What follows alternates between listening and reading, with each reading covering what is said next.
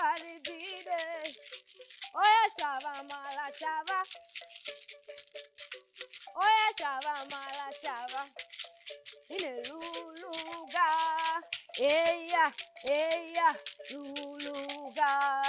Eya, ey, in a luluga. Eya, ey, chava malo, chava malo, chava malo. We can chava malo, chava malo, chava malo. Chava malo, chava malo, chava malo. We can chava malo, chava malo, chava malo.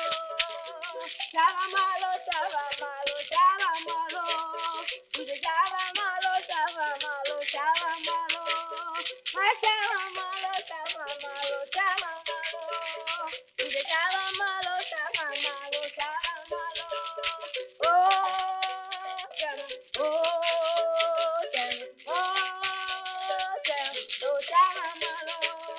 We can chava malo, chava malo, chava malo.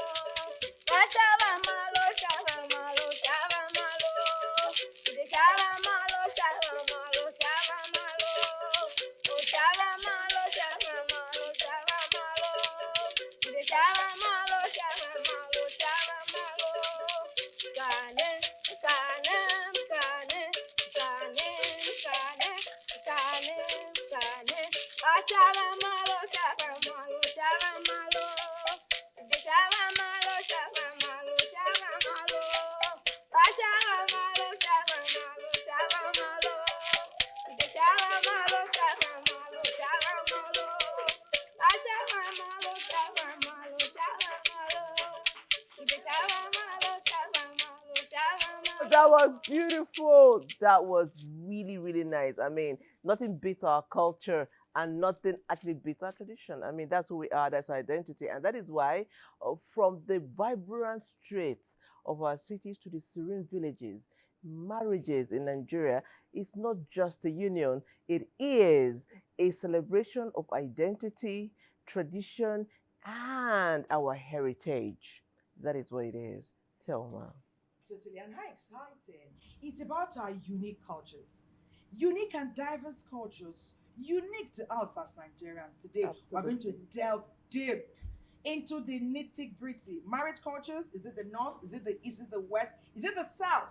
On Weekend Deal today, we're going to open it wide so we can explore and enjoy. Oh, yeah, so grab a seat and join us on this colorful and vibrant journey. It is your favorite weekend show, Weekend Deal, coming to you from the network service of the NTA. And we are also live on YouTube at NTA Live. What excuse do you have? Oh, join us. My name is Patience Eloyi Abba. They really have no excuse, honestly. I really wonder, Patience, have you ever witnessed the military sword cross-courting wedding ceremony? They say it's amazing. As a young girl at that time, a lot of my friends wanted to marry military men. Wow. And the reason why they wanted to marry uniform men was because of the crossing of the sword. And now, grown up, I think I said, well, did they ever think of life after this wedding? Because all they wanted was that I want them to cross swords at my wedding. Isn't it amazing? But it's a beautiful sight no, to behold. It is. I love it. And also, you know, we have the fattening room for effort. Yes. Beauty queens, where they are feted, they are wined, so they look amazing on their wedding day. Cross River, Akwa Ibom. Those areas. So many things. We all have our amazing, unique cultures. And that's why we invite you today to be a part of the show. If you snooze, you lose. And you miss out. Welcome, my name is Thelma Obaz.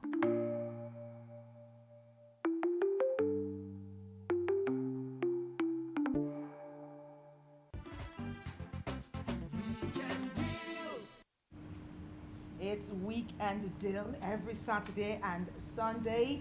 Yesterday was about courtships. Today is about unique marriage cultures. The rich cultures that make up our great country, Nigeria. And our background feature is coming all the way from NTA Kaduna. Is it the military sword crisscrossing? Well, Kaduna, you show us what you got.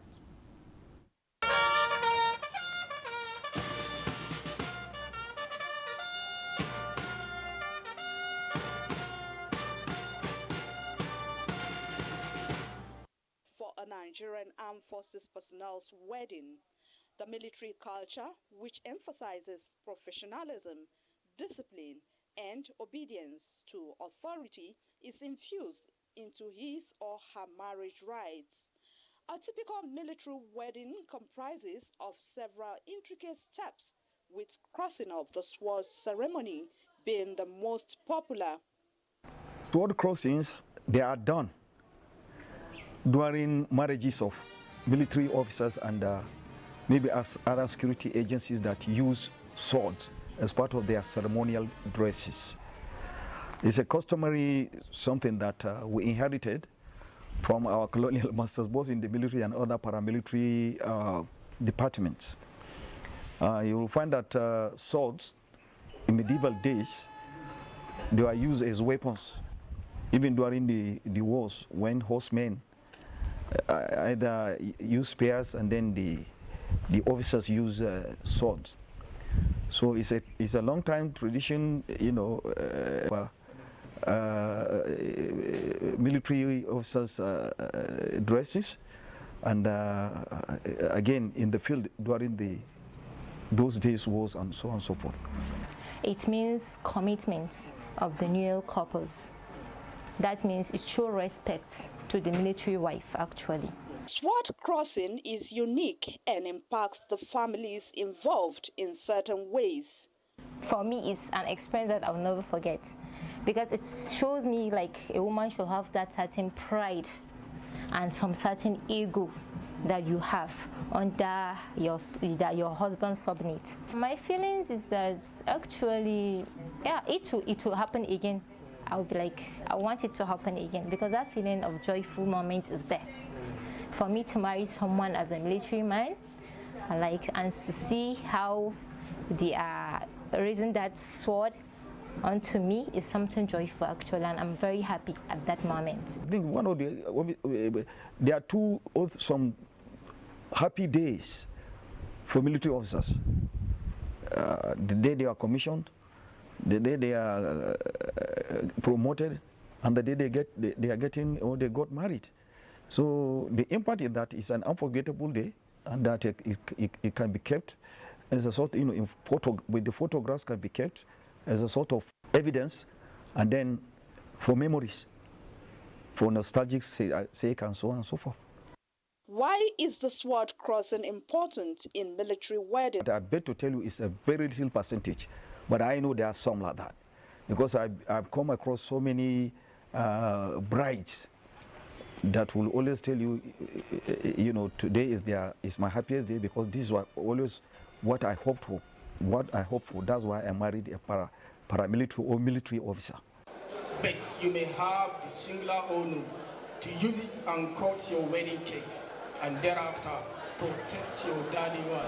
I married because of love, because I'm from the family, so I just love that uniform, because that uniform is something unique for me, especially the army, because I love that green color. It is safe to conclude that a typical Nigerian Armed Forces personnel's wedding is a fusion of traditional religious and military culture.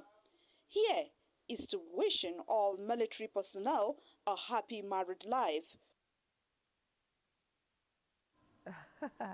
Okay, so I mean, like we were saying at the beginning of the show, growing up that time in Benue, you know, a lot of young girls just wanted to marry uniform men, and the reason is the crossing of the sword. It used to be such a sight to behold. It still is, as a matter of fact. So we have different cultures and traditions when it comes to marriages. That was from Kaduna. Thank you so much, NTA Kaduna. Now we'll be going to NTOU, and we're looking at this very popular tradition that everybody talks about, the fattening room.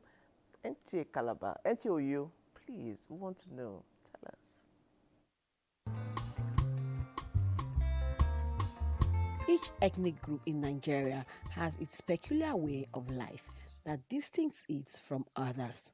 For the Ibibio and Efik ethnic groups in South Nigeria, it is the fattening room culture. What actually is this culture about? Fattening, known as Mbopo in Ibibio culture and Efik, simply means seclusion of a female child For what purpose? For marriage. It is a preparation process that has happened long ago to prepare a girl child for marriage. Rooms will be set aside for her. And there's what we call a kwang. They'll prepare a kwang for her. She'll not lay flat on the floor. There will be a kwang for her. And her mates and the parents' friend and the fiancé's parents and the friends of the fiancé, they'll be coming along intermittently. Mbopo was to just make girl child prepare their mind for what they are going to see in marriage, so that whatever they have started for you, you continue from there, knowing that parents will no more be there.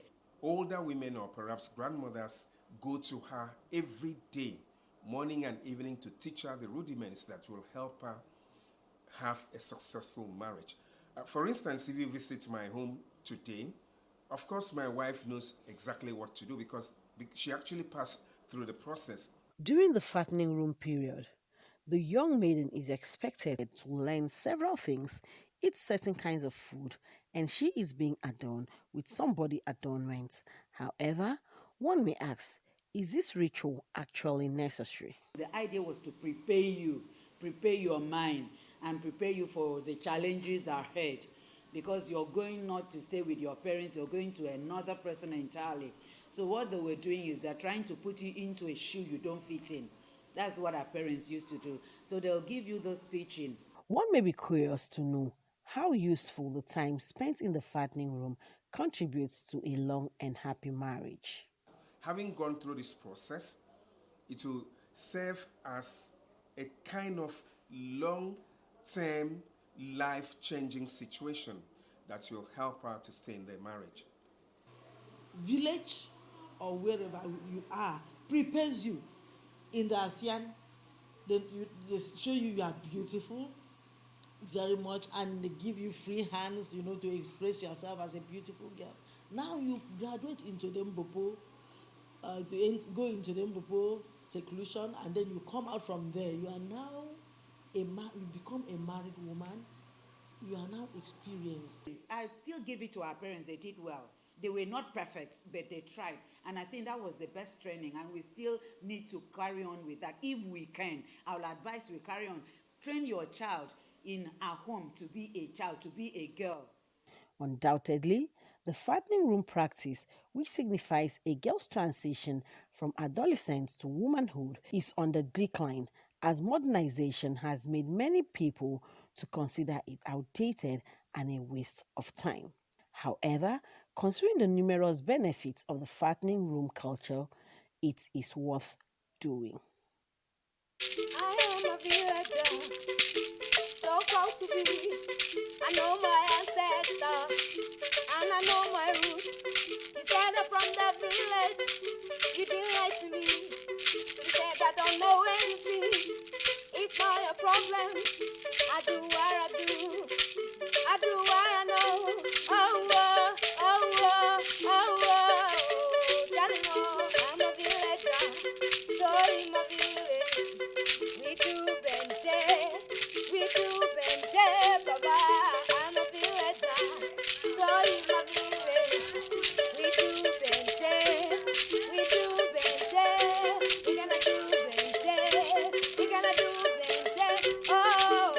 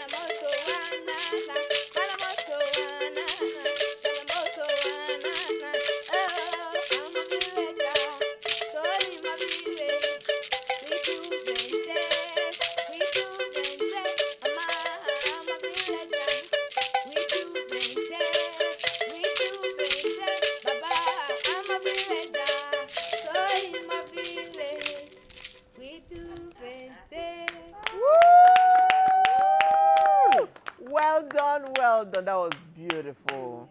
That was beautiful. Okay, so our guests are here. I mean, they danced it so elegantly. But before we hear from them or even see their profile, we are talking about marriage cultures all over Nigeria. It is time for us to go to Sokoto to tell us what's happening at their end. Sokoto, in the heart of northern Nigeria, is a place where tradition runs deep and marriage is more than just the union of two people. It's the merging of families, communities, and generations of cultural heritage. Arranged marriages are not Islamic, but Islam has no objections against it, provided that it's not forced upon the spouses. It is done with their consent and they consent to that. Today we explore arranged marriages, a practice still alive in many homes here. But what does it really mean? And is there a difference between arrangement and coercion? My first marriage was an arranged marriage. She was my cousin's sister. I could remember vividly it was on Sunday. We were done from the farm. I was enjoying myself with my peer groups in the central village area of Safiel Mogoli. They started calling me Angu. Angu. I was surprised. I realized later on that, yes, my hand in marriage was engaged with Mary's hand in marriage too. In one of the marriages of the Prophet ﷺ, one of them was arranged marriage. That's his second marriage. The first marriage with Khadija, it was Khadija that approached him, that she saw qualities of good husband in him and she wants to settle with him, and he accepted that. But after her demise, his second wife, Sauda, it was arranged marriage between him and her. It was a third party who approached him and mentioned some of her qualities to him, that if you have interest in this person, I think she will be a good wife. And the Prophet ﷺ consented to that, and also the wife, Sauda, also accepted that, and the marriage was arranged. Arranged marriages are often misunderstood. Unlike forced marriages, where one or both partners have no say, arranged marriages involve family guidance, with the couple still given a chance to say yes or no. Me personally, it was something that my parents organized because of their future insights and all. But when I looked into it and seen the possibilities and all, I backed down because it was not something I can just go into just like that without getting to know the person more and all. I just backed down because there are so many things that I saw that I didn't like, so I just told my parents that I don't want it. So they wanted my consent when I said no, and then they backed down. Sometimes even a friend might see a spouse that think will be better for his friend, and he will suggest him or her to the person, and when they accept, it's also arranged marriage. Sometimes it's school teachers. We have witnessed so many issues where a person will graduate from secondary school, he's now in the university. After graduation, he will come back to the teacher and ask him that, do you think anyone is good for me? So arranged marriage is not necessarily within the tribe, it's not necessarily within the family, it's not necessarily within the relatives. One, it is done by parents. Mostly the parents have seen the quality they would like for their child. From tradition to modern twists, arranged marriages in Sokoto are evolving. In some families, consent is central. In others, the pressure to obey can blur the lines. My consent was not sought by my parents or any other elder in the family, but I held it so dearly because it was the tradition there and then. Parents don't consult their children. They arrange marriage for them.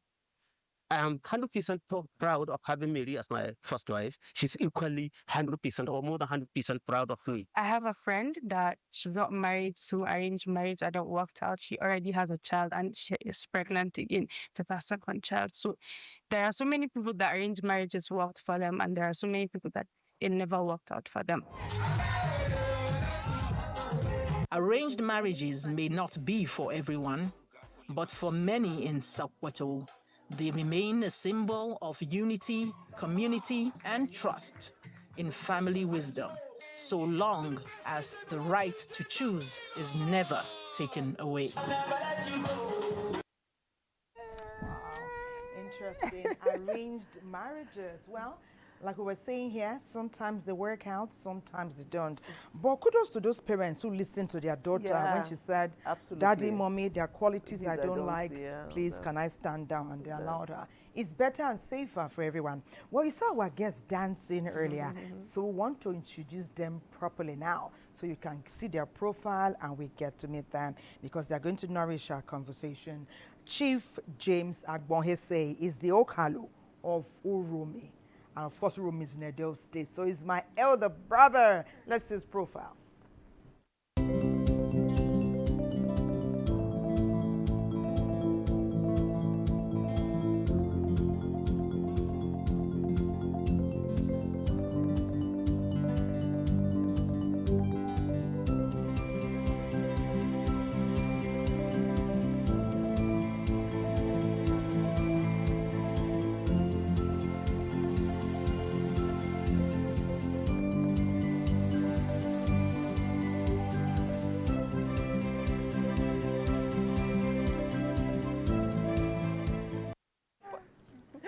Oh, you're welcome, Chief, to Weekend Deal. So we're telling Chief, when we saw his wife, we're like, Chief, your glasses are working. And you entered the market with glasses. I mean, look at Mommy. Mommy, hello, if you're watching, thank you, we love you. And Chief is not alone, he's here with another delectable, beautiful woman who's danced the wild us all when she walked in. She is Ruth Dumande, and she is a relationship expert. Let's see her profile.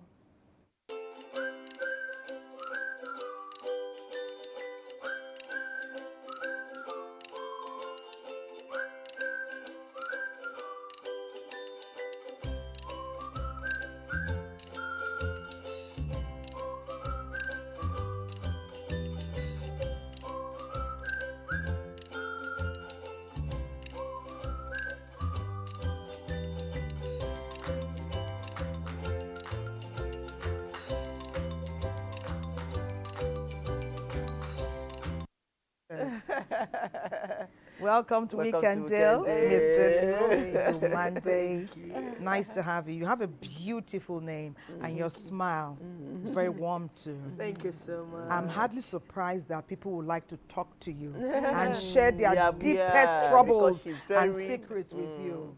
Welcome to Weekend Deal. Thank you so much. So we want to leverage on that, your rich smile, your welcoming embrace to nourish our conversation today. Congratulations. Thank you so much. Okay, Chief, I will start with you because when we were showing your profile, you said 31 years of marriage, and I saw the pride. I heard it in your voice because we know it's no easy matter. No. Let us take it from the beginning. What, we've seen arranged marriages and a few other, but what attracted you? Patience already said you wore your glasses to the market. But besides Madame's beauty, what attributes attracted her to you to the extent you said, this is the lady I'm going to get married to? Okay, I was in the final year in the university, Bender State University then, and she was in 100 level. And she came with my cousin, and the very moment I saw her, I knew there was something different and something unique that my mind kept going back to her. But what sealed the deal was the fact that at the time I wanted to buy a car.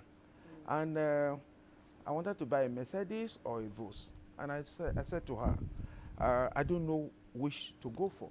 And she said, why don't you go for a Vos? And that you'll be able to buy smaller and you'll be able to buy bigger ones as time goes by. And I just looked at it and said, this is a woman that can help me, compliment me, support me. That is a helpmate. He's a keeper. Support me. And that was it. Wow. And the deal was sealed. Congratulations. So, young girls, if you are watching, when they tell you, should we just manage this and cook or buy shawarma? You that shout, shawarma, shawarma, shawarma, shawarma. They will not make up their mind though. Just let me give that tip quickly. Anyway, let me come to you, Ruth.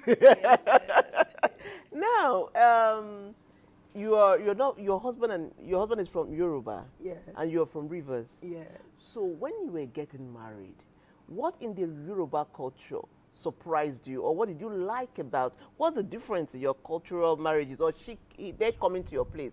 What was it that you had to explain to him that in my place this is how we do it, oh?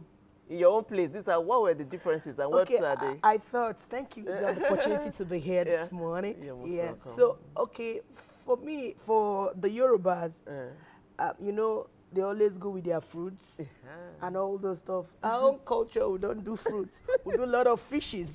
A lot of fishes, because that is the main deal. I'm a Rivers woman. You have to give us some fishes. So when he was coming and they have to say money for fish, this type of fish, this kind of fish, these are the kind of fishes you have to buy. For him, I'm sure he was like, what's going on here? What's going on here?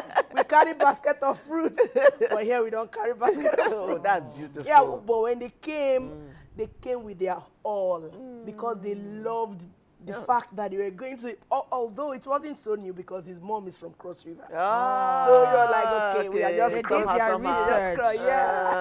So that was it. Oh my goodness, interesting. I think that's quite integral that we do our research, do your due diligence when you're picking a wife, when you're going to take the welcoming or the introduction. You should do your research to know what the family expects of you, and perhaps the person you are going to introduce yourself to our family can also give you some tips. But we'll get to learn more. You know, Chief and Mrs. Ruth are still here. A break beckons, we'll take it. We'll be right back.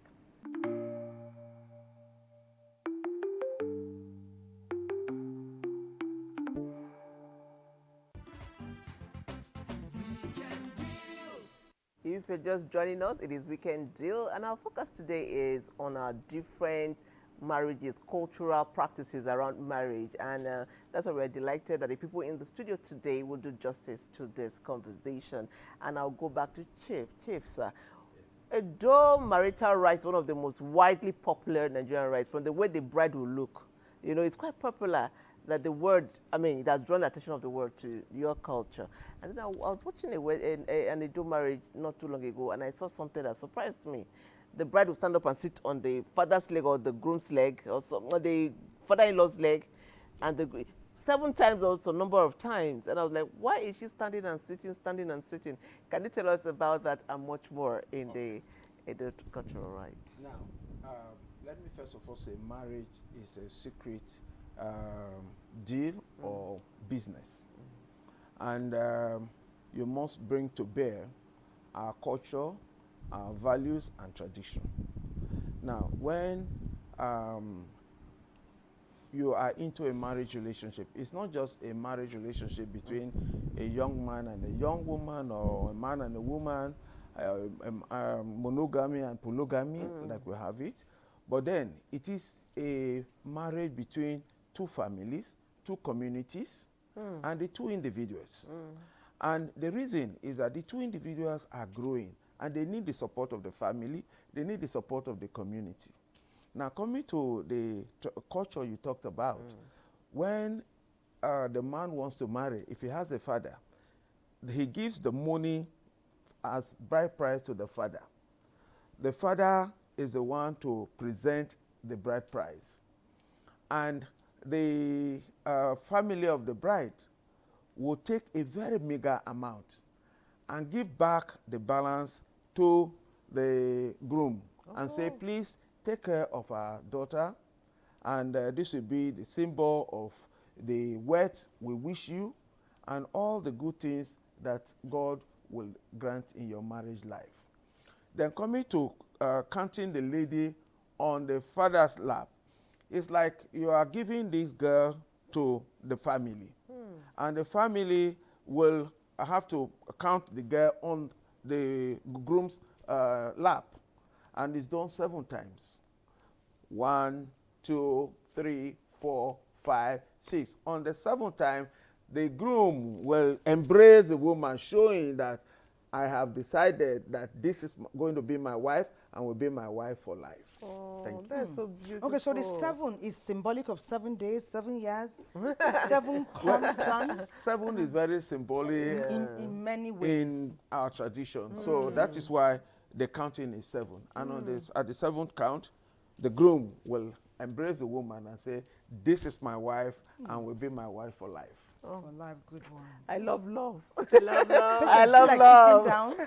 You feel like sitting down I 7 don't know. times? I love love. I don't know what I feel like, but I know But that I love is, love. you know, ideally, love is a very interesting feeling that it makes everything sweeter. Yeah. But these days, love is not a given.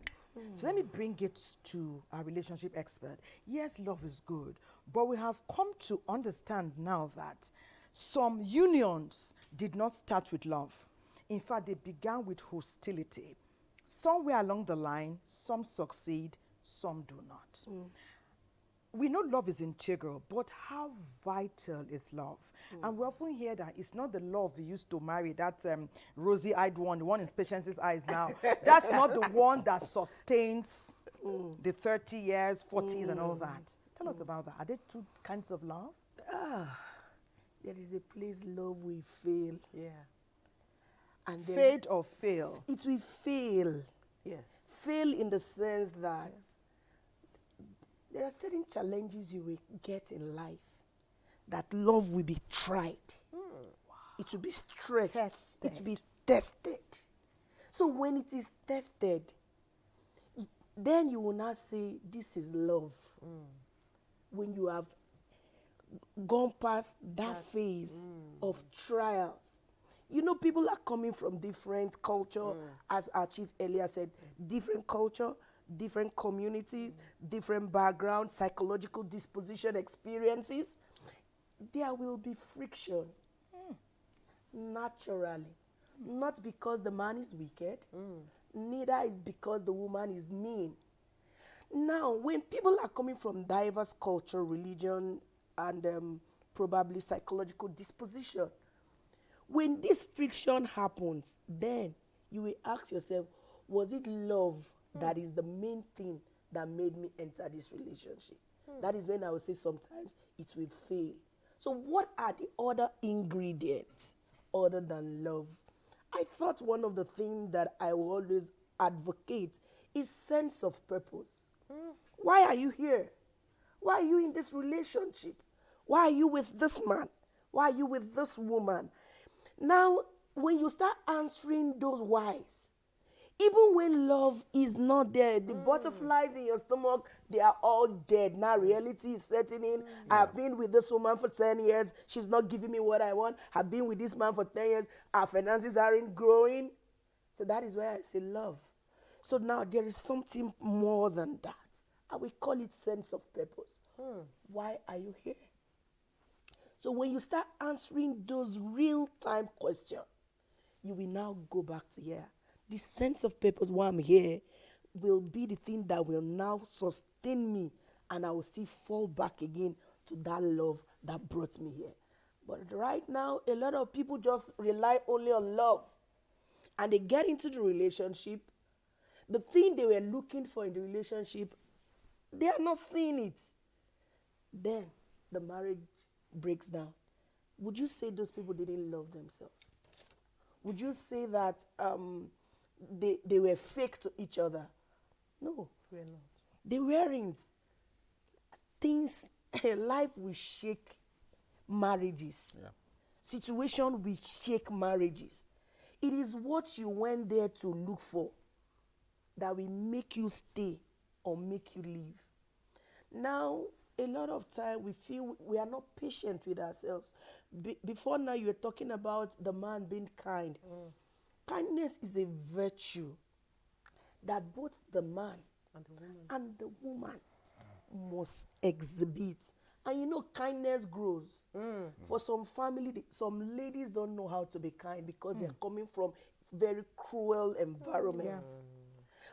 Why some men, they are kind to the extent that some women just say, you're like a woman. Kindness does not have gender. It is a virtue that every human being should have. You should possess it. That anytime you look at your spouse, you look at him or her from the lens that, she may have done this out of ignorance. Let me deal with it from that perspective. And because I'm dealing with it from that perspective, even when I knew she did wrong, I will pause and look at it from her lenses or from his lenses. When I finish looking at it from those lenses, then I now talk about what you did later. How it made me feel, how you expressed so much bitterness and venom that I couldn't hold it any longer. But because I know you, I know this is not you. You are coming from a place of pain and probably misunderstanding. I had to endure, be patient to be able to understand what did I do to my wife today that made her go gaga. Wow. What did I do to my husband today that made him go wild? And after that, you now start saying that, oh, really, honey, I'm not sure that was what I meant. And you see everybody saying, I'm sorry.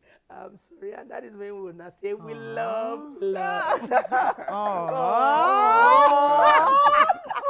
I'm not surprised people like to come and talk with you. You're just amazing. You make it so interesting Thank and you. doable. Yes. You make it doable. Yes. And it's a gift. It's a gift. I mean, you just broke it down in a way that, I mean, that was beautiful. That was beautiful. Okay, so Chief, I'll come to you now. And again, talking about our cultural practices, the natural or the way back African marriages were polygamous. Yeah. Today, you talk polygamy and Nigerian ladies will bring out their daggers and do that. Yeah. And it's amazing how at the time of our grandfathers, 2 wives, 3 wives, they stayed to the end. It's all to say, this wife passed, this one, they stay together. Yeah. And with 1 wife these days, I mean, we don't have women competing with us in our kitchens. It's just us cooking in the kitchen. We are not fighting over, it's my turn. Still, we are still having divorces. So I'm thinking, what did they do at that time that they got it right? You know, what are we doing now that the difference? I mean, a man is going to marry a second wife. The first wife is part of the entourage to go and bring in another wife and all that. So what are we doing? There's something we need to take from our fathers, bring here, remove. I don't know. Yeah, I think it's as a result of cultural conflict. Sometimes we want to bring the Western culture, we want to bring our traditional culture, mix them up, then we'll start to have problems. Now, if you want to do traditional, stay within the bounds. If you want to do Western marriage, stay within the bounds. Now, for the traditional system, you discover that there are do's and don'ts, values, internal values that the women observe. My dad had 4 wives at the point of death. And he could keep them within the traditional setting because everybody was doing something to ensure that the family was strong and moving on. But you see, just supposing this with the Western culture, you discover the man works, the woman works. And in some cases, the woman may be in a better position or may have more finances than the man. And you are still coming from the traditional value that the man is the head of the home. And therefore, you'll be dishing out instructions. And that will create conflict. That will create problems. And that is why, like the relationship expert said, you can see it's a matter of being patient, understand the terms of engagement, understand the setting, understand the fact that you are in a business venture and you are both directors. If you fail together. If you succeed together. So you must look at those things that divide you, they emphasize them. Look at those things that unite you, emphasize on them. Rich. That's interesting. You know, I want to ask you, you said you are coming from the angle where the man is the head of the home. Yes. But I said, no need. I understood what you meant. He's still the head, but do it with love. Yes. Head with love. Yes. Head with concern. Yes. Head with patience. Understanding. Okay. Yes. Messages are coming in. People need to take a few of them. Okay. Abdul, reaching us from Prince and Princess Estate in Abuja. He said, my marriage was arranged by a family friend in 2009. We had the introduction 2010 and we married finally in 2011. We have 3 cute and handsome boys, but we separated in 2021. He goes on to advise new couples. He said, it is for better, for worse. He said, that phrase can never change. She left me when I needed her love, and support and care. But to God be the glory, I won the battle of challenges on the 26th of September 2024. Perhaps he lost his job or he took ill. Let me just take two more and then you can comment. That's profound. Greetings all the way from Taraba State, Weekend Deal. How are you doing? Arranged marriage has caused more harm than good. Most especially from parents who will want their daughter or son to get married to their family friends to promote business ventures. He said, God did not create us as robots. He gave us chances to make choices. For example, the food you want to eat, what you want to wear, who you choose to like. So parents should allow their children to make their own choices. Don Bright Tanko from Taraba. So one more. Good morning, Weekend Deal. What can you tell me about intertribal marriages? After all, people are marrying from outside our shores. Why are intertribal marriages not succeeding? Should it still be encouraged among our youths? But Peter did not tell us where he's reaching us from. We'll take a break here and dwell on this one and see how we do. Okay? Okay. And Ruth, would you want to talk about respond to a few of them? Intertribal marriages, yes, talk about that. I don't think intertribal marriage is the problem. Okay. Intertribal marriage is just a cliche, it's a talk.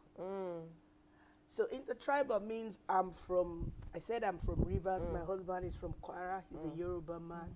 It's already intertribal, Yeah, isn't it's intertribal, it is. Okay, so I'm coming from a family that we do things together, and my husband is coming from a family, they do things together, but along the line, the father and the mother, they had to go apart due to challenges.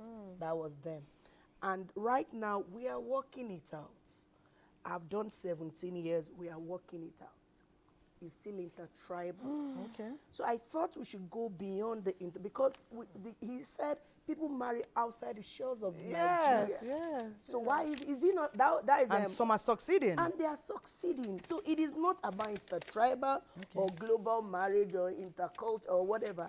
It is about the people involved. I said it earlier. What did you go there to look for? What was your mission when you were going into marriage? Was it like an escape route to poverty? From poverty to wealth? Yes, from poverty to wealth. Is it an escape route?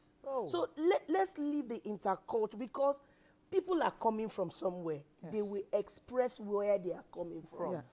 So what is most important is about you saying, oh, this person is coming from Igala. This person is from Tiv. They have different culture, but they are human. Now, let's not kill our humanity. And bring in culture. It is when you're killing humanity, you bring in culture, you start hurting yourselves. Culture is culture. Humanity is humanity. There are certain times culture is needed when you have to do certain things. But when you're living in the house, how do you keep extending and emphasizing on cultural values when you know that it is affecting your spouse? So culture is not the problem, it's individuals that went into the marriage with what they learned from mama and what they learned from dada. And they are not ready to adjust knowing the way life is progressing. You married an educated woman, for crying out loud. And you're saying that the man is the provider, you have to stay at home to take care of the children. Was that why the parents sent her to school in the first place? Was it to come sit down at home and take care of children, do chores, house chores? Was that you will face resistance. Life is progressing. Progress with life. But when you stay static to culture and religion, even religion and culture, they are progressing. Okay, so those are excuses now. Yeah, they are progressing. Some culture, before you see a woman when she's getting married, you may not see for days. Why right now? They will be minimizing certain things. So why are you not progressing as a human being? Absolutely. So it is about you. Yes, I knew you have learned something that is not okay for this present dispensation, you have to unlearn it. Unlearn it and relearn. Unlearn, relearn. You now go into the marriage. You didn't go into the marriage to a culture. You went into a marriage with a human being. Understand the human being. When you understand me, I understand you. Culture does not matter. I love this. It doesn't matter. It's important. I It should love not this. be a negative. I love this. Yes. I mean, It should be a positive. You know, in my culture, we always tie. Okay, some cultures, when you go to a family, I think in the Delta region, you can't tie the wrapper of the wife of that house. Yes, because for them it is a taboo. Okay, you went to that house, and your brother came. He's not supposed to tie a wrapper. It is normal. Okay, why do I need to go and take the wrapper? When I know this is not what I need to do. Because of the peace of that home, you will take the peace more than the wrapper. Abide. Okay. Abide. Amazing, amazing. It's just what you're saying is profound and deep. Culture is important, but we should not kill humanity at the altar of culture. We cannot, because we are human beings, and whether you are from the east, west, south, outside of the country, it's still red blood that flows in all our veins when we are cut. That means we are human beings. Okay, fine. These cultural marriages. Okay. Culture is growing.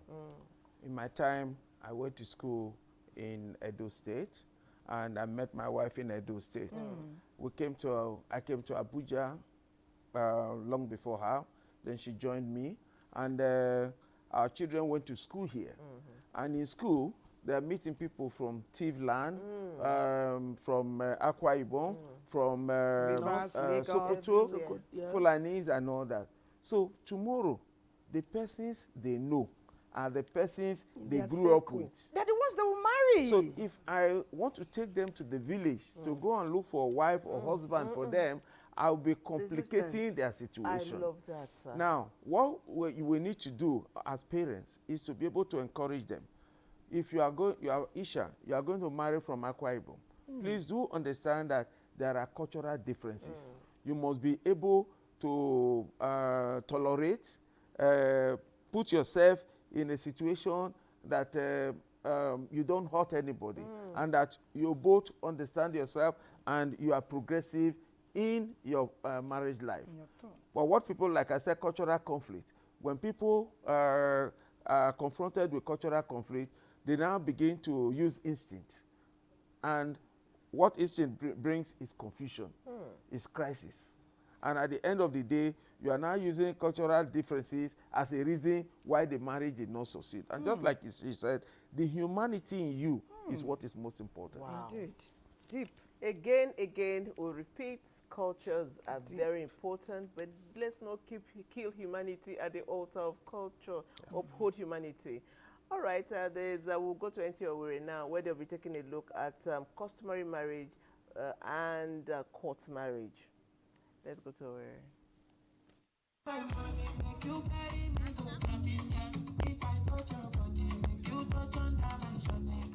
Weddings in Nigeria and Igbo land are unique. Children will love you. The love will be great. Put on a scale of balance, the traditional marriage or court marriage, which has more binding force on the couple. The extent of traditional marriage hinges on the legal form, the legal structure, and the content of what is required to make it valid. It must be executed in a court, as which is recognized. It can also be executed in some other places that have been authorized by the marriage registry, by the local government. Some of them have been empowered to conduct statutory marriages and issue marriage certificates. And of course, the two parties must be present, and statutory notices are issued. Customary marriage is hinges on the custom and tradition of the people. It is customary in the sense that it is not statutory. It's not statutory because it doesn't need to pass through the formalities of a statutory marriage, and is conducted within the communities. The Igbo traditional marriage stands out with its sacred rites that involves bride price negotiation, cultural rites, and symbolic representations. The court marriage, on the other hand, is rooted deeper in the secular legal system. Both of them are recognized and are valid. You have to elect which one you want to. If you want to go the statutory way, then you must abide by the Matrimonial Causes Act and the Marriage Act. Those are the two acts that govern statutory marriage. But then customary, you must abide by the customary law and tradition of the people. What do couples consider before contracting any or all of these wedding forms? Started with the traditional rites. I went with my kinsmen to my wife's place. Then they gave us the requirements. They gave us a list of ndenne and was it ndenne and ndenna, yeah. So we did everything they required. So after some time, we now think to register the marriage in government is very essential. So I went ahead after I reasoned with my wife, so we agreed and went ahead to municipal council, or a municipal council, yeah, and do the needful. So that one is for government. So we now went ahead to let everyone know that yes, we have duly did everything. We've done everything, and we want to let you people know. So we now said we are going to do a white marriage. I believe white marriage or white wedding is the one that involves everyone. I prefer court wedding because I'm more secure with court wedding than church or traditional. Tolerance, trust, and love are the pillars on which every successful marriage stands. Indeed, at the point of any wedding, traditional, church, or court, the couple must sincerely resolve to uphold these pillars for the health of the society. You know, when the feature was going on, someone was just saying Achalogo. Hi! Bam Bam and that her co-actor made us fall in love all over again with Nigerian movies. Yes. But the day that OBO we act Nigerian movie, that day I will buy out the entire complex that has that movie. I'm one of his greatest fans. But anyway, let's go back to what we're talking about. Yes, court marriage is essential, so is the traditional marriage, because it celebrates our unique and diverse cultures. Which is more important? Is there? Can they be compared? Or they should go together? For me, I would say they should go together. Because the first one, the traditional marriage, is where you get the consent of the parents. And you know, I keep emphasizing communal participation and involvement in marriage. It's at the point the man comes to tell the family, I've seen a girl, and they look at the girl, they do their investigation and all that. Then they give him a list, and he comes on the feast date for the native law and custom. Bride price is paid, which now sees the relationship traditionally. Then thereafter, you want to take it further. Sometimes some people go to the registry, other times the church will advertise your name at the marriage registry, and at the end of the day, you do the church wedding. Now, why is it important? Why I say they are together? If you marry in the registry or marry in a church that is licensed to conduct marriage, you come under the Marriage Act. But if you do not marry under the Marriage Act, you are still good under native law and custom. Okay. But then, in order to be double sure and more protected, every woman wants to go through the process. Yes. And I think this is it. They should complement one another rather than thinking one is... So what do you advise? Go through all the process? Go through all the process and carry everybody together. Okay. You see, but again, like that lady said, she said, I prefer court marriage because I feel protected. So on that note, I'll come to my dear sister Ruth.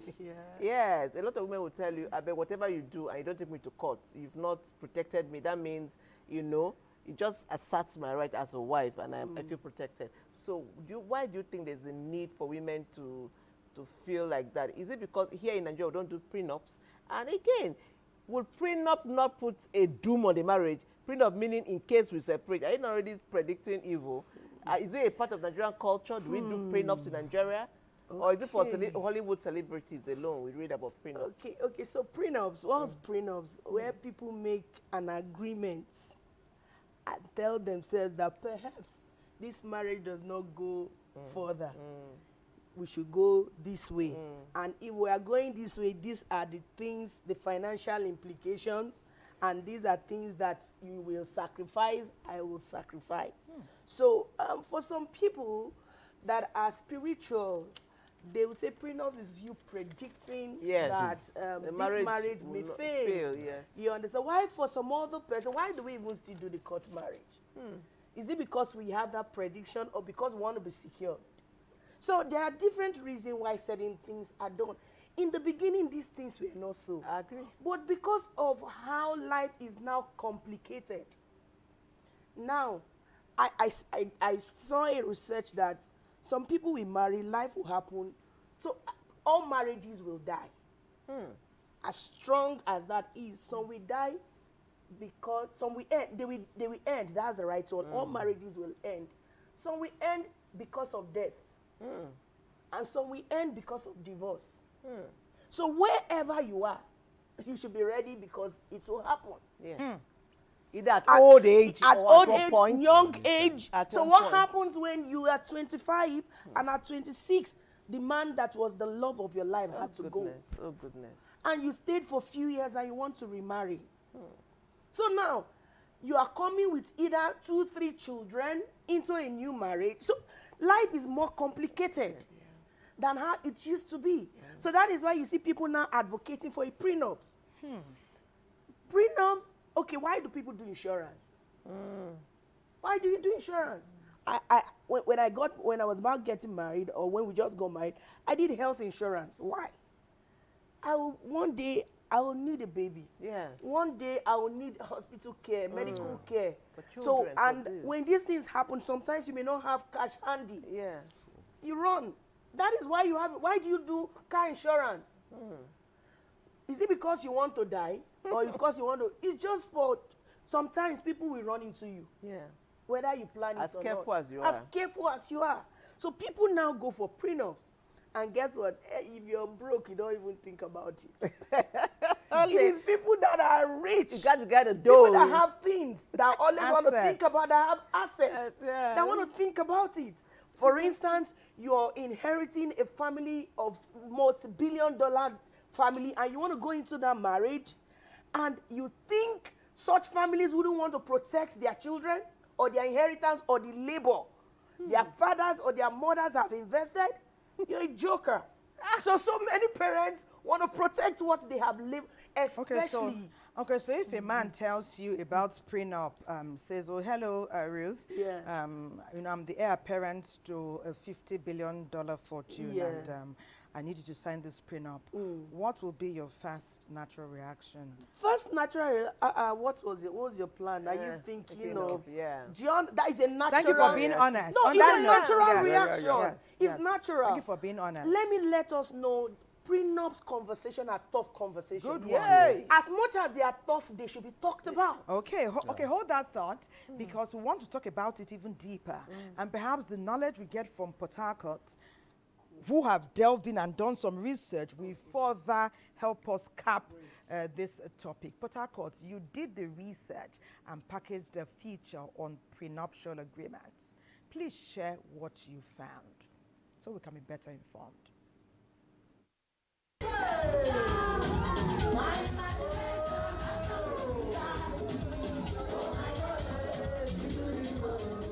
When a man and a woman unite as husband and wife, having fulfilled their traditional rights, English wedding or court marriage, both parties are said to be one. Whatever belongs to the man belongs to the woman, according to the custom and tradition of the Rivers people. But with the growing awareness of prenuptial agreements, the traditional, legal, social, or religious rights and responsibilities this union carry are gradually losing relevance. Have a seat. Have a seat. Thank you. Okay.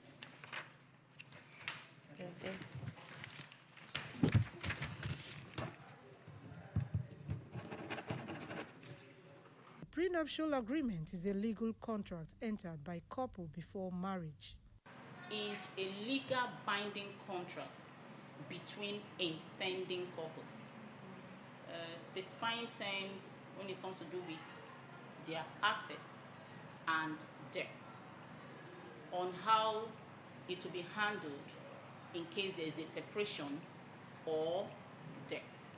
In the past, the idea of a prenuptial agreement was often seen as absurd and offensive, but in recent times, signing of this contract is gradually having a place in marriages. Why do modern marriages delve into prenuptial agreement? So as you just saw back from there, we just finished signing a prenuptial agreement. And trust me, it wasn't an easy journey. Yes, we had our ups and downs, we had our doubts.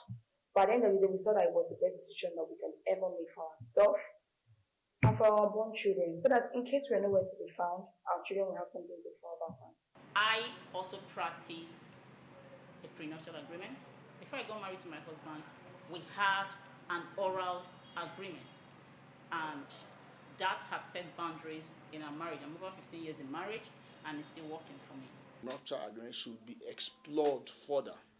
At least it will guide parties as to the marriage they are entering into, and it will make it easier for the courts to determine the dispute between the parties in the event of the dissolution of the marriage. Although prenuptial talks can be emotionally and socially intense, some say it is not planning to divorce or lack of trust, but the best way to secure one's marriage. Others have misgivings about signing such a contract.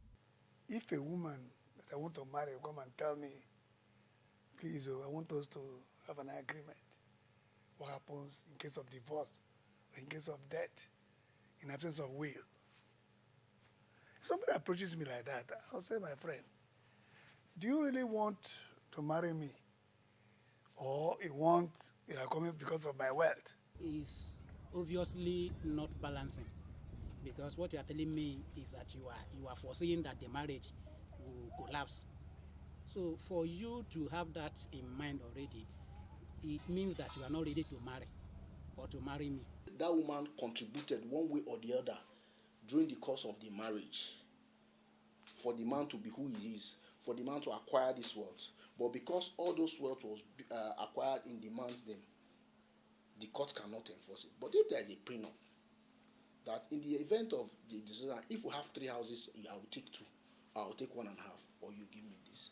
That would have spelled out the condition of the marriage. And issues as to who owns this, who gets what, will not come. That agreement will be before the court, and it's meant to be obeyed. It has nothing to do with trust. It has nothing to do with trust. Because if you look at it, let us face reality. I trust you, I love you. At the end of the day, we'll still find out that we are not compatible in the course of the marriage. Where has trust been? So it has nothing to do with trust, it has nothing to do with suspicion. Whether you embrace prenuptial agreement or not, marriage is a union of 2 hearts with dreams and futures together. So it should be a lifelong bond.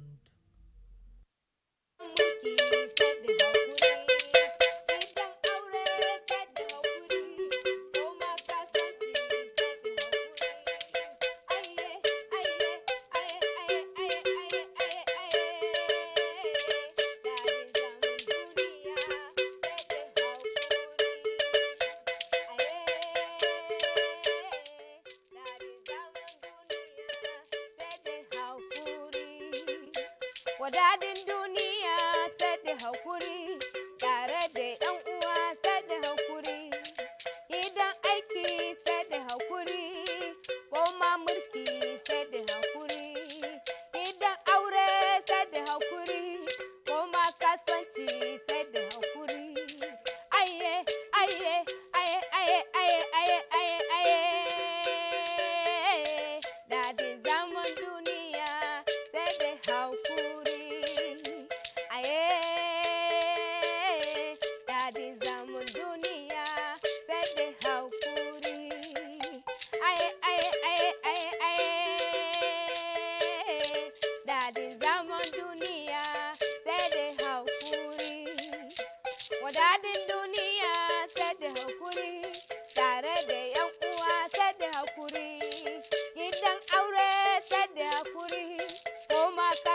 talauci sai da hakuri.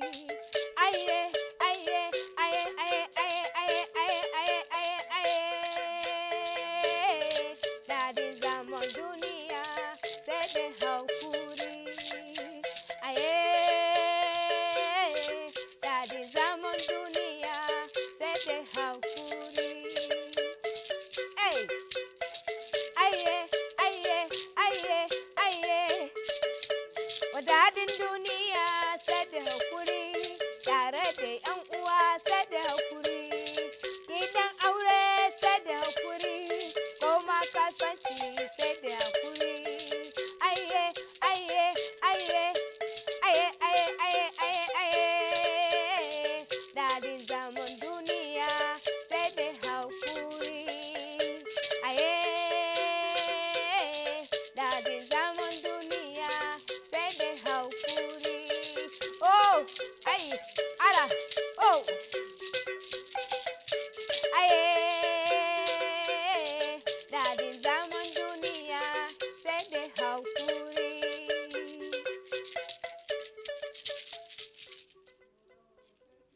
Much. Thank you so much. I mean, she has provided the right ambience for our conversation today. We are taking a look at unique marriage cultures. I mean, she has accompanied us throughout this conversation with her unique sound. I think it's time for us to know exactly who has been giving us this beautiful ambience. Her profile is next.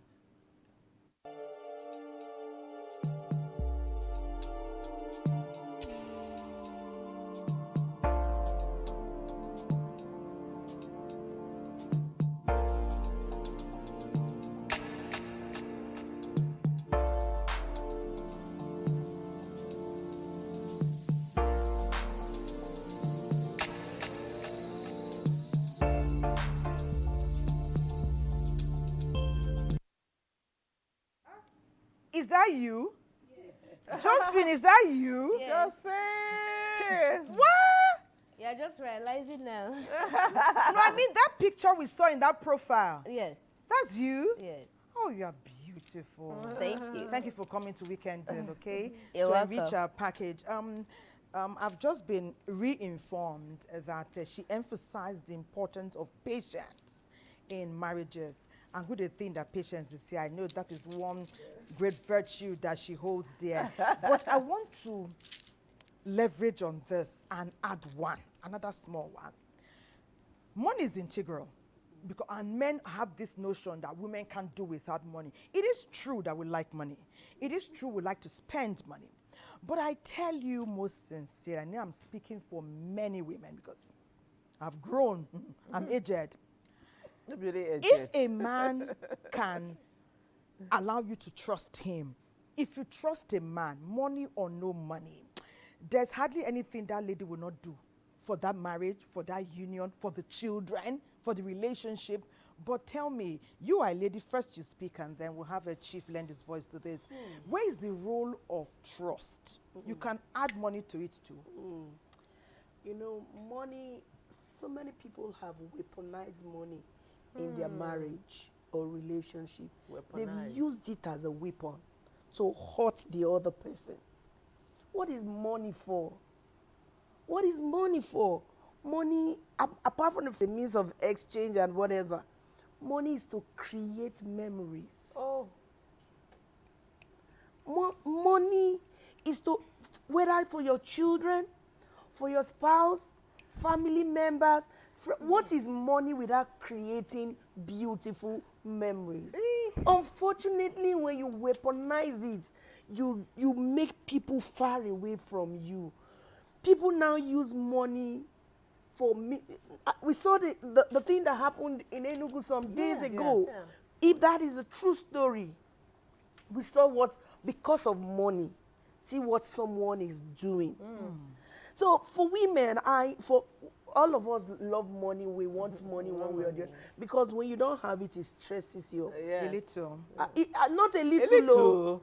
For instance, you have children that it stresses you, then you don't have it, then what do? That's why I tag it a little. I know, but ma'am, the stress will come. Yeah. And then the money is not yet there. I divert my attention to reading.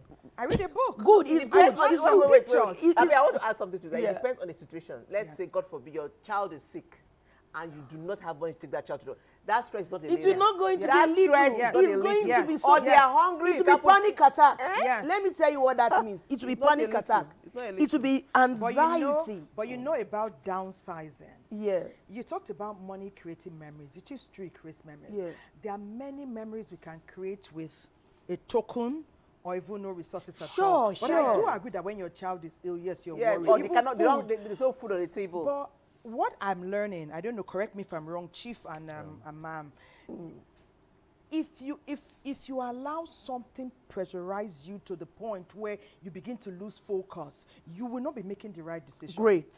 That guy in Enugu that went to do whatever he went to do, taking lives, Yeah. burying under his house, it was unseen pressure. It's a high level of insecurity Yes, that yes. caused him to go into ritual Yes, killing. yeah. I'm not saying everybody goes that path, but I'm saying we place things where they land and then walk our way towards the best possible outcome. Great.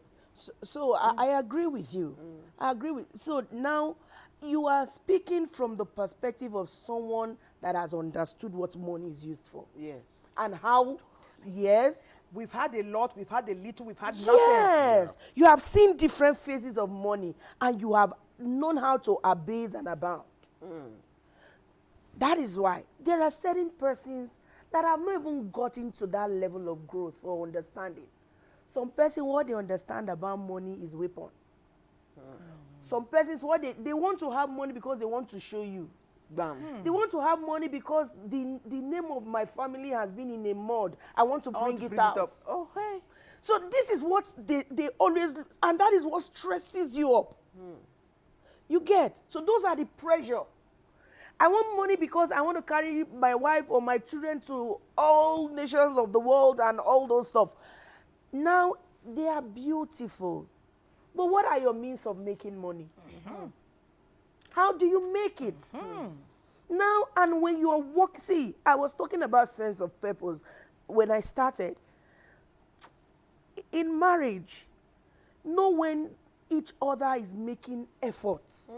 Know when the man is doing so much, even when little is coming in. Know when he goes to work. He's the one that carries the block. He carries it from morning till evening. And at the end of the day, he comes back probably with 10,000 naira. What will 10,000 naira do in today's society?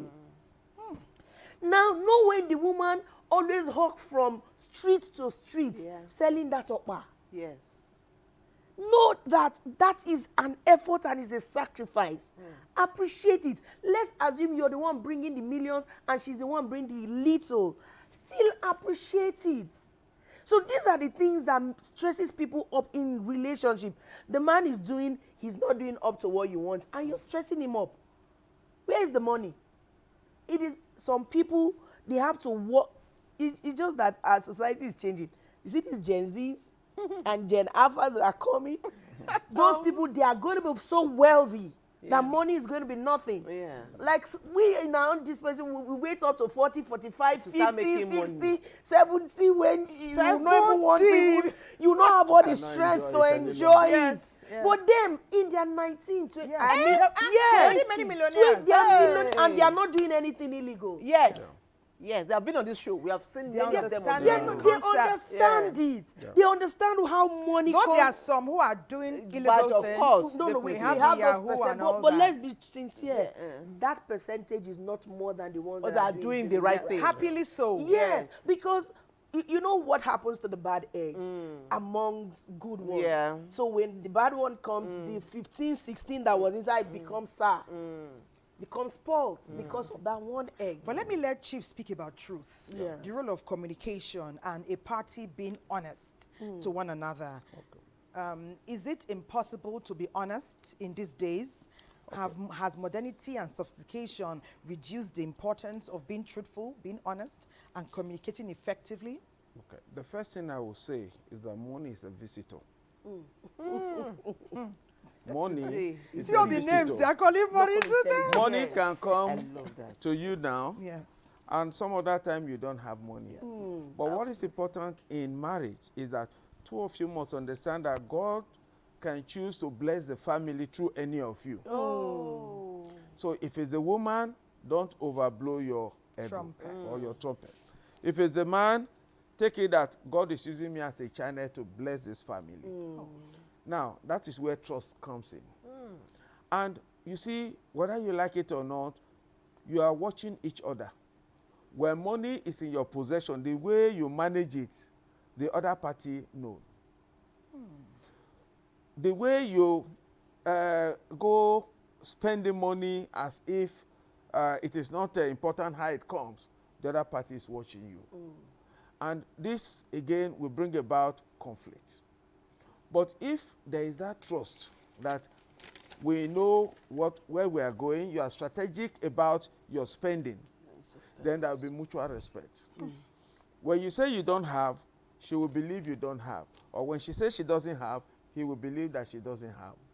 But when you are not true to yourselves, then there will be conflict. There will be conflict. Okay, there's something I want to talk about again, just like Thelma did. Chief, you will talk about it, and then my sister Ruth will also add her voice.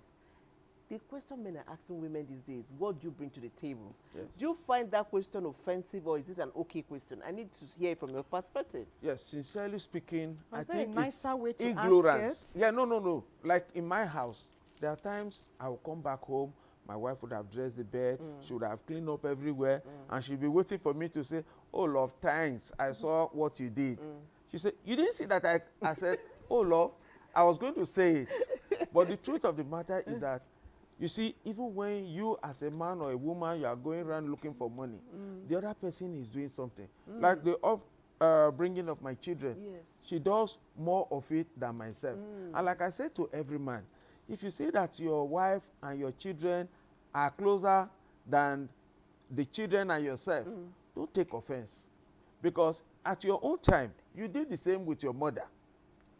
When I was growing up, I was closer to my mom because I felt she was the one cooking. She was the one taking care of the house and all that. Oh, my dad had 4 other wives. He had other businesses bringing money and all that. So my focus was herself. So also the children will equally say, oh, my mom was there when I had to write this exam, when I was sick, when I was this and all that. Yes, daddy will bring the money. But she is doing something. The man must recognize that thing that she's doing. She's the one cooking. In most cases, most of us, even with our exposure, we don't share who cooks today, who cooks tomorrow and all that. In spite of all her going to work, she comes back, she will come and cook food. You come back and say, where's my food? And all that. As if she's your slave. She's not your slave. She's complimenting your effort. You must appreciate her and you must compliment her. And you must understand the fact that if she wasn't doing those things, probably she would have been chasing money somewhere and bringing something to the table. So you need to understand the fact that you are both bringing something to the table, and that is the only way the family can work. It's not necessary at all. Thank you. Go to it. I don't know what must have made some men to ask, what are you bringing to the table? I thought we should be asking, what are we bringing to the table? What are we bringing to the table? And I'm going to go back to prenup. Do you know that there are certain times you have to have your own as a man? The woman should have her own. And we should have our own. True. Yours, mine, and ours. Now, you're asking what I am bringing to the table. The same question should be applicable to you. What are you bringing? So it is not a gender-based question. I like that. What are we bringing to this marriage? Because the table is the marriage. Yes. Oh, I'm going to bring A, B, C, and D. Okay, I'll be bringing D, E, and F. And every time we talk about this, have this kind of conversation, it should not always be centered around money. We know that too much money, little money, no money brings problem. Because there are certain times too much money is a problem. Yes. Little money is a problem. Absolutely. No money is a problem. So any place, because everybody must find themselves in this space. And when you find yourself around any of this space, know how to handle it. Yes. because there will be some time, there will be no money. So, but bringing to the table, I'm bringing love. Okay, I'll bring love. I'll bring kindness. I'll bring care. I'll bring this. Those are the things we are talking about. It's not always money. So when we emphasize so much on money, money becomes problematic. We know that's part of the But like you've already said, some people intentionally weaponize money. Yes. It's an intention. Yes. It's not by mistake. No, it's intentional. So the people that are asked to put that question, they know you don't have, or you have little or nothing. Maybe you have a large family, and before you got married, you were helping your mother and your siblings. They already know. You know me like that. Why want to humiliate you? They know what they are doing. You know I have baggages, Abi. Okay, okay. Let's leave it there for now, because what I'm taking from you, Madam Ruth and Chief, is that there should be understanding. Understanding. Put yourself in that person's shoes. In fact, one of our guests sometimes said, be the Jesus Christ. Behave like Jesus Christ to the next person, irrespective of how they treat you, to the extent that they must learn how to behave better. May God help us. Amen. Thank you, our viewers, for your amazing input to the program. Onwuka for Makode says, marriage without quarrel can't succeed. The meaning of marriage is sweet bitter leaf. Okay, thank you. I like that. Someone said, I like your show. I think discipline is very important. But you didn't tell us who you are and where you're reaching us from. Please, next time, do that. Someone said, his name is Albert. He said, in the past, I had a Muslim girl that loved me so much. Me too, I loved her. But her people refused on the basis of religion.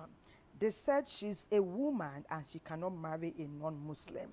Though a Muslim man can marry a Christian woman, but not so for women. We're learning that now. And said that was how we all lost it. She's married to their choice now, and also married to another woman. But guess what? We're still seeing each other. I didn't laugh in joy. I laughed because the elders did not see beyond their enforcement of law. Goodness. In rounding off, let's talk about what will you want Nigerians, just round off everything we've said in just a few seconds. Okay, please, fathers, mothers, know that your children are the mirror that they always see on a daily.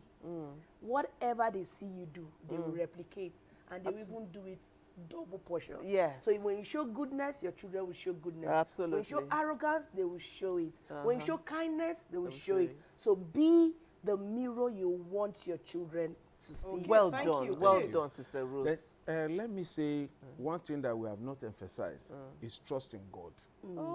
You must let God be the foundation of your marriage. You must be considerate of one another. Like she said, the whole business of marriage is procreation. And when you have children, what legacy are you going to leave for posterity? If you don't treat them well, they will sell everything you have and they will become a burden to the society. But if you treat them well, then you are good and your name will forever be celebrated like Obio's family.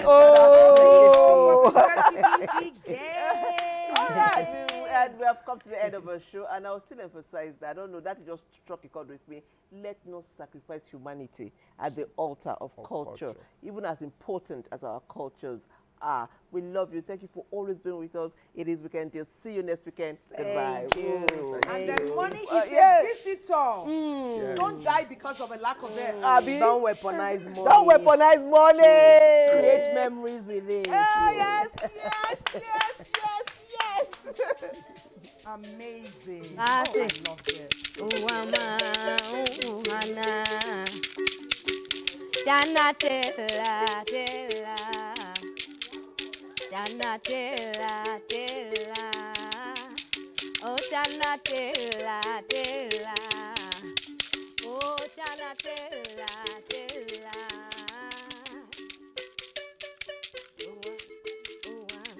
Oh amo, oh amo, oh amo, oh amo, oh amo.